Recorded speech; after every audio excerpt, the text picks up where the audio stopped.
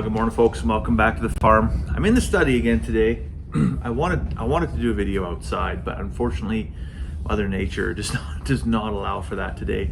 There's a 55 km/h wind, just giving her, so not conducive to doing any kind of video footage outside. But the wind doing what the wind does is kind of what I want to talk about today. So adjacent to us, and I say adjacent, I mean very near proximity to us, we have a out of control wildfire burning. So the Bear Hole Lake, it's a fire of note. It started on August 31st due to a lightning strike, and it, as of this morning, was 5,500 hectares in size, which is pretty large. And so that fire started, I think it's about 25 kilometers from the BC Alberta border. It's now pretty much sitting proximal to the border itself, and is of course doesn't really care about the imaginary line in the forest. Is probably going to come into Alberta. Now we're still probably 39 kilometers from the border. We got a ways, but of course, as I just said, the wind is doing 55 kilometers an hour, and so things are going to move. Things are going to move. Now there's enough, arable farmland, tilled land in between us and, of course, the head of this fire that I'm not really super concerned, but there are a lot of rural properties between us and that fire that are maybe a little less protected. So that's what I wanted to talk about today, was specifically ways to fire smart your rural property, because this is a very real threat for all of us. Whether you believe in climate change or whether you believe in cyclical weather patterns, it doesn't really matter. It doesn't change the fact that it's really, really hot this year. It doesn't change the fact that it's really, really windy this year. It doesn't change the fact that it's really, really dry this year. These are the conditions we're facing, and there's consequences to that. And so we need to have a plan. So let's go through 10 things that you can do to make your property a little bit more fire smart, a little bit more better protected if you're out in the country. Now, one of the first ones, and often overlooked ones, is to remove the combustible material from around your house and under your deck. It's quite easy. I'm just as guilty of it. Stack shit up against the side of the house. Propane tanks, jerry cans, pallets. Not that, pallets is a big thing, but I mean, it could be, right? So just kind of clear all that stuff away from around your house, a good, 1.5 meters, 2 meters kind of thing. Just keep it nice and clear. The second thing you want to do is clean and maintain your gutters, your roofs. Get rid of any moss, get rid of any leaves and stuff in your eaves troughs. That's just prime nucleation sites for if embers land on your roof. It just gives it a place to start smoldering, and then eventually you have an inferno on your hands. So brush all the moss off your shingles, wash all your gutters out, keep them nice and clean. You'll have less of a problem.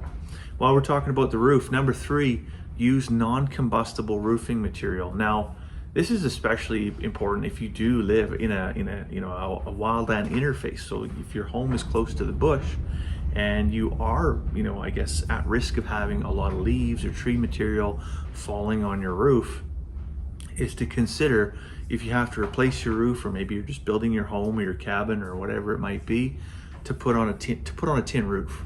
It saves you a lot of grief, right? Asphalt shingles, you know how well they burn, right? And cedar shingles kind of goes without saying, right? Although one may be more economic and the other one may be more natural. Ultimately, in the day, when it comes to fire, what's going to be better for you? Probably the tin roof. So something to consider. Number 4, keep your grass and your weeds below 4 inches. So we talk about, I guess, 55 km/h wind today. If that gets into some tall, dry grass, that is just going to run, and it is going to run so fast that you physically will not be able to outrun it. You can't get ahead of it with a hose. You can't get ahead of it with a broom or a shovel or anything like that. So well-maintained, well-watered grass is going to do wonders for keeping those ground fire risks really, really low. The other thing you can do, number 5, is add non-combustible screens, like less than 3 millimeters, that kind of size, to any external attic vents and things like that. That's going to help to keep embers out. So if embers blow in because of high winds and an adjacent fire, they're going to want to get into your attic vents and things like that, right? So keeping some bug screen on there. Remember, use the metal kind, not the plastic kind. will prevent those embers from getting in. What you don't want to do is put that over your dryer vent, because for obvious reasons, you don't want that to get over hot and cause a dryer fire, right? Number 6, prune your trees to keep a clearance of about 6 feet from the ground. Again, those running grass fires, they're gonna go really, really quickly, but they can get up 4, 5, 6 feet. So if you keep that foliage trimmed up higher on the tree, it's gonna allow that fire to run down below the tree and never catch anything up above, and then thus, you know, not making the problem worse. Number 7 kind of links to the first one about removing combustible material from around your house, but rural properties especially, we love our wood stoves. One thing we don't love doing is trekking across the yard when it's 25 below to go get more firewood. So what do? We stack firewood right up against the house. Well, again, those embers, they get into that wood pile, and all of a sudden you could have an inferno immediately beside your house, and you just can't work quick enough to get that out. So keep your firewood pile, you know, build a shed that's like 10 meters away from the house. Yes, you're gonna hate trudging through the snow when it's 25 below, but when there's a wildfire approaching, you're gonna love the fact that it's not an additional threat to your home.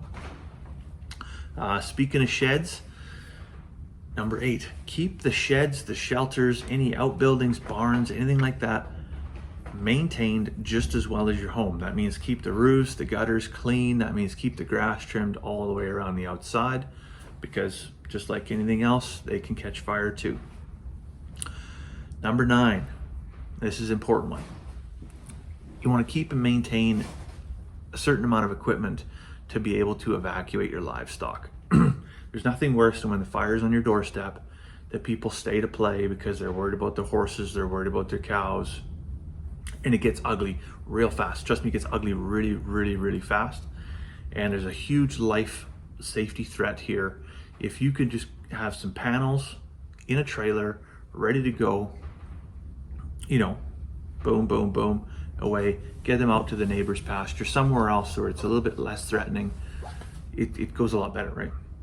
And it's certainly a lot easier to do that than it is to just kick the gates open and let them run, and hope they run and don't run for the bush and then get swept up and barbecued. Number 10 is probably the most important one, and it goes very closely in line with number 9 in terms of the evacuation plan and livestock, is have an evacuation plan for your household, for your family, and keep cognizant of the fact that yes, emotions are going to run high when this happens, because your livelihood, your home, your animals, everything you've built, you've poured your heart and soul into, is at threat. Now, you want to stay and defend it, but ultimately when there's an evacuation order comes in and you have to leave, if you choose to stay, chances are the resources that need to come save you probably won't be able to come and save you.